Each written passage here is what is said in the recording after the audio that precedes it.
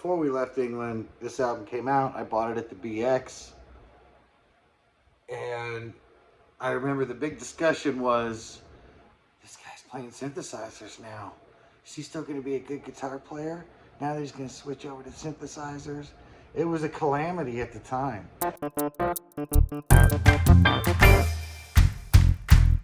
Howdy, howdy, howdy. Welcome to a Thursday Collection Connection, where we're playing that game that's just an excuse to talk about records. I show a record every Thursday, and my brother over on the Plastic Soundwave Cult channel, he shows a record every Monday, and we go back and forth, and the connective tissue is that each album that we talk about has to relate in some manner to the album shown in the previous person's video. So, with that explained, pretty easy to play along. You can jump in at any point, but we've done hundreds of them now. So there's lots there to watch. And let's move ahead. In Eric's last video, he talked about Van Halen, 1984.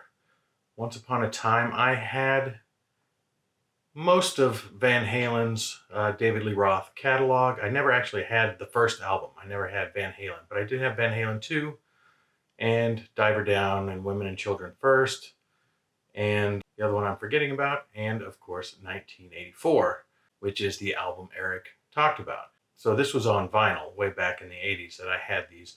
Sort of the last bastion of my hard rock listening. I had some Iron Maiden, I had some Van Halen, but pretty soon, by 1985 or so, I had started to change directions a little bit, go a little bit more into the college scene, alternative radio, and acts like Howard Jones and Peter Gabriel started steering me towards something other than hard rock. And I never really went back to it, except for picking up some of the albums that I knew and liked back in the time when I listened to them. And so in that respect, I don't have any of the Van Halen albums anymore, save for on CD, I do have 1984. And that's a great album. The very un-PC Hot for Teacher is a great tune. It doesn't seem like it would fly these days, especially with the video. Very much objectifying the women to a group of preteens. Yeah, so that wouldn't happen, I don't think, anymore. But the song is great. Jump is good. Panama is a good tune. Drop Dead Legs, pretty much front to back, great record. Trying to pump this out fairly quickly, so I will say that for a connection, I thought about, and I think one of the first things I think about when I think about 1984 is that it was the last David Lee Roth album with him on lead vocals.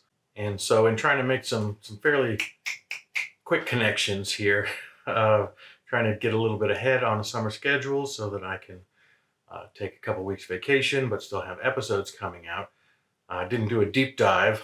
I knew enough about Van Halen, and I thought about other bands that had successfully replaced their singer, and my mind went to AC/DC, where Bon Scott, who passed away in 1979 or early 1980, I forget which it was replaced by Brian Johnson. So I thought about not only the last album, but as it happens, the sixth album by both Van Halen and AC/DC were their last albums with their original singer. With Van Halen, it's pretty straight. Just move on through the catalog. 1984 is the sixth one. And with AC/DC, a little bit more wonky because you have to not include the live album. So I'm talking about sixth studio album.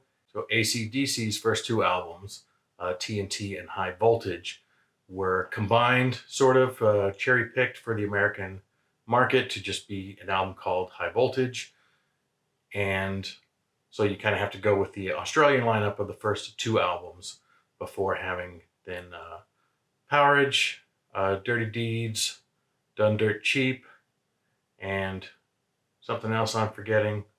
But anyway, the sixth one in that lineup is Highway to Hell, the last Bon Scott album. Funnily enough, I thought about a couple other connections. The fact that there's a pair of brothers in the band. I know a little more about Van Halen than I do about AC/DC because I thought that they were brothers who were both lead guitarists and drummers. But Malcolm Young, Angus Young's brother, is another guitarist in AC/DC. And not, you probably know this. I had to learn it in looking up some info real quick. But similarly, or oppositely, I should say, they have an angel and a devil on the covers of the two albums, the devil being on Highway to Hell, naturally. And I think that's the kind of, I don't want to say controversial, but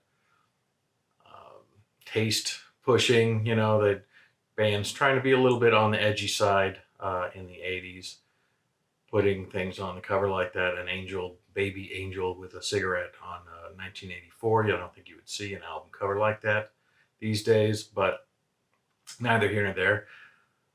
The only two AC/DC albums that I have, in fact, are Highway to Hell, the last Bon Scott album, and Back in Black, which is the first Brian Johnson album. Both pinnacles in their career.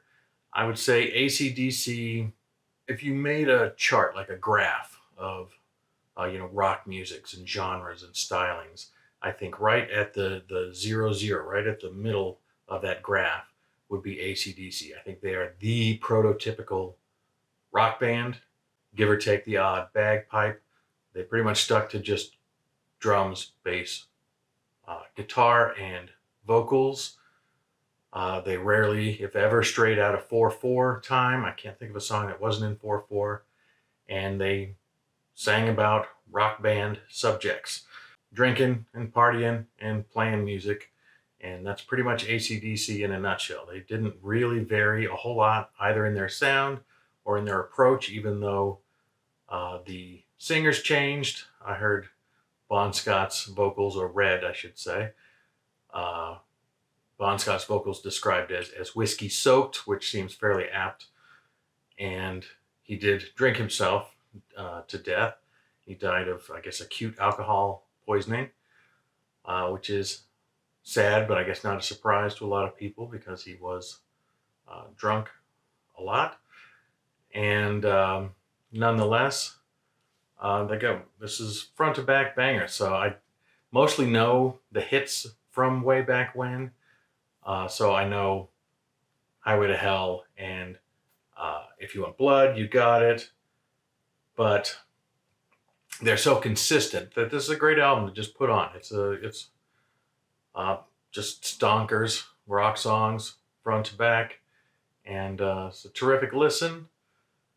I don't feel like, as somebody who's not a super expert on AC/DC, that I need to, or that I have anything insightful necessarily to say about them, other than apparently there's a 5-piece, and the kids and I had a fun time making fun of this guy here on the cover. Like they didn't tell him that they were shooting the album cover at that point. He's like, "Hey guys, are you doing it? Are you taking the picture?"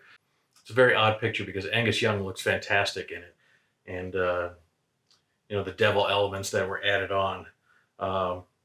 But the framing is odd. Bon Scott's off on the side. We got one guy straining like this to be even in the picture. So it's a funny album cover, but your eyes go straight to Angus Young anyway, and so I guess it's all good. But terrific record from 1979. The last AC/DC Bon Scott led album, Highway to Hell. And I will throw that over to Eric, who may or may not have this album. I know he has some AC/DC, and I know that they don't have a greatest hits. So I guess you have what you have.